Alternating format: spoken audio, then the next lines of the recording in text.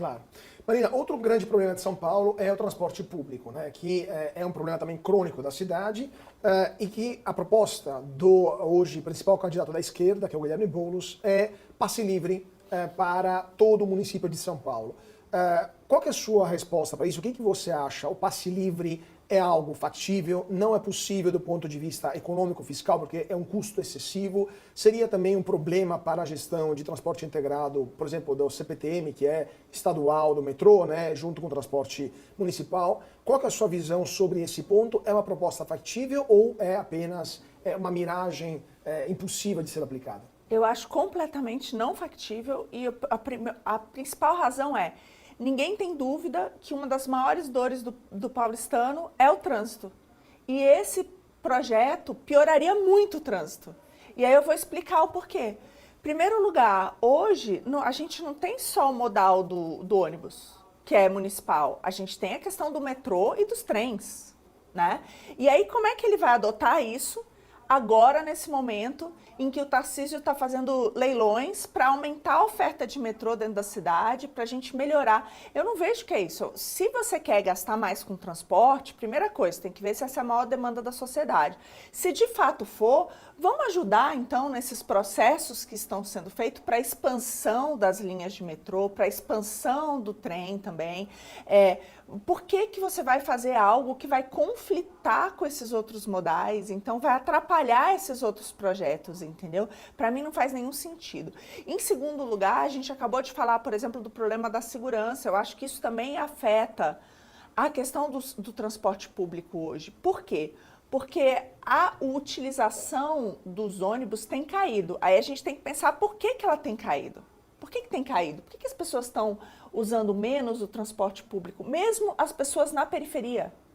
Mesmo na periferia. E por que você acha que estão usando menos? Um problema de insegurança? Um dos pontos é segurança, porque o cara sai às 4 horas da manhã, ele está lá no ponto de ônibus, é onde está acontecendo o furto, sim. É onde estão apontando uma arma para a cabeça dele, estão levando seu celular, estão levando... Então, assim, é um absurdo, isso afeta, sem dúvida. O outro ponto é que o nosso serviço é muito ruim. E aí, a gente tem que... Não dá para não falar da máfia dos transportes, porque isso é público e notório. Saiu na semana... Desde há 2 semanas, tem tido uma série de reportagens sobre segurança pública no Estadão, e uma delas fala de como o crime está infiltrado aqui na capital. E ela cita, por exemplo, que desde 2022 está sendo investigado, por acaso, um dos fundadores de uma das empresas de transporte aqui no município, que está sendo investigado, inclusive, pela morte de um dos diretores dessa empresa, que por acaso é do PT e líder da oposição na Câmara dos Vereadores, e aí foi encontrado, teve a morte de um dos diretores, foi encontrado no seu celular uma mesada de R$70 mil por mês para o PCC.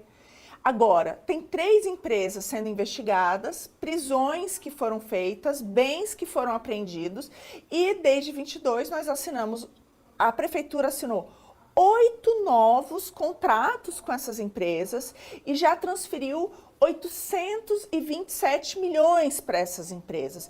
E aí o que que acontece? Muita gente reclama. Eu vou para a periferia, as pessoas falam, olha, os ônibus são horríveis, a gente está igual lata de sardinha. Por quê? Porque o contrato não é pago por número da frota, e sim por passageiros, então colocam todo mundo junto ali.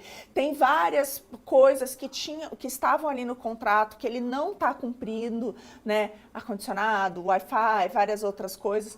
A parte de manutenção das peças, porque a gente está gastando essa fábula com recapeamento, mas muito aqui na periferia ainda tem muito buraco. E aí na hora esses desmanches são controlados pelo crime e são pagos pela peça e ninguém vai lá fiscalizar se está sendo bom ou não. Então os ônibus estão numa condição super precária. Então, assim, além de tudo, o crime está infiltrado. Então, a questão de transporte é essa má qualidade. Eu vejo também a questão da segurança interfere, sim, não é um problema. E a gente tem, além de tudo, que é fundamental essa interligação com o governo estadual, que precisa ser bem feita. Então não adianta você sair com... O meu receio é a gente piorar tudo isso, né? Pois é, você falou da infiltração do crime organizado no transporte público, mas várias subprefeituras aqui em São Paulo têm, comprovadamente, uma infiltração da criminalidade organizada do PCC, de fato. quanto isso é claro, quanto isso te preocupa, como que você enfrentaria esse problema caso você fosse eleita na prefeitura? Afinal, você deveria governar São Paulo, caso fosse eleita, junto com as subprefeituras e a Câmara Municipal também, né? Carlos, para mim é simples, ética e gestão. Isso foi o que eu aprendi lá no governo federal. A partir da lei das estatais, a gente conseguiu a indicação a gente teve que fazer a indicação de milhares e milhares de nomes, porque a gente tinha participação em cerca de 700 empresas. Agora, nesse governo, está vendo aí o Silvio de Almeida sendo indicado por uma empresa de gás que é privada por conta da participação do BNDES. Então, assim, eram milhares de nomes. Só que a gente tinha uma blindagem, porque precisavam ser pessoas honestas e competentes que entendessem daquilo. Hoje, infelizmente, na cidade é tudo loteado, entendeu? Quantas vezes eu já escutei, o que vocês, né, para o próprio partido, quem vocês vão apoiar e o que vocês querem, porque já está tudo definido. E é meio que não importa quem ganhe, entendeu? Certas coisas estão definidas independente de quem ganhe. Então, o que eu costumo dizer é, o crime está infiltrado, sim, na Câmara dos Vereadores, principalmente, nas subprefeituras, nos contratos da prefeitura, mas, assim, é uma coisa que é meio que isso, talvez independente de quem ganhe. Por quê? Porque as pessoas que a gente sempre acaba apostando nos mesmos. E quem está ali já está com as cartas marcadas, já está devendo, né, horrores ali. Então, isso é muito preocupante. Então, a população tem que acordar para isso. E eu não tenho dúvida que tem uma forma de fazer diferente, que é com ética e gestão.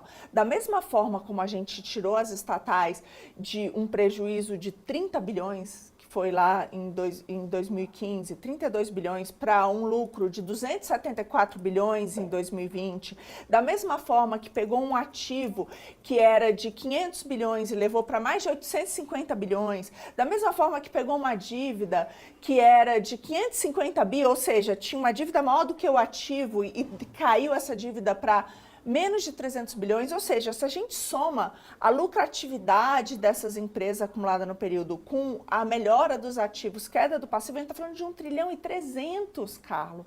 1 trilhão e 300.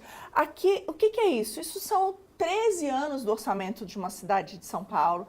Isso são 8 vezes o novo programa Bolsa Família já turbinado.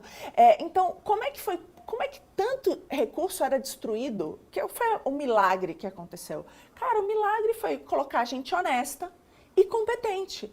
Então, quando eu aceitei esse desafio, foi por isso. Eu sei que colocando gente honesta e competente nas secretarias e nas subprefeituras, tudo isso é resolvido.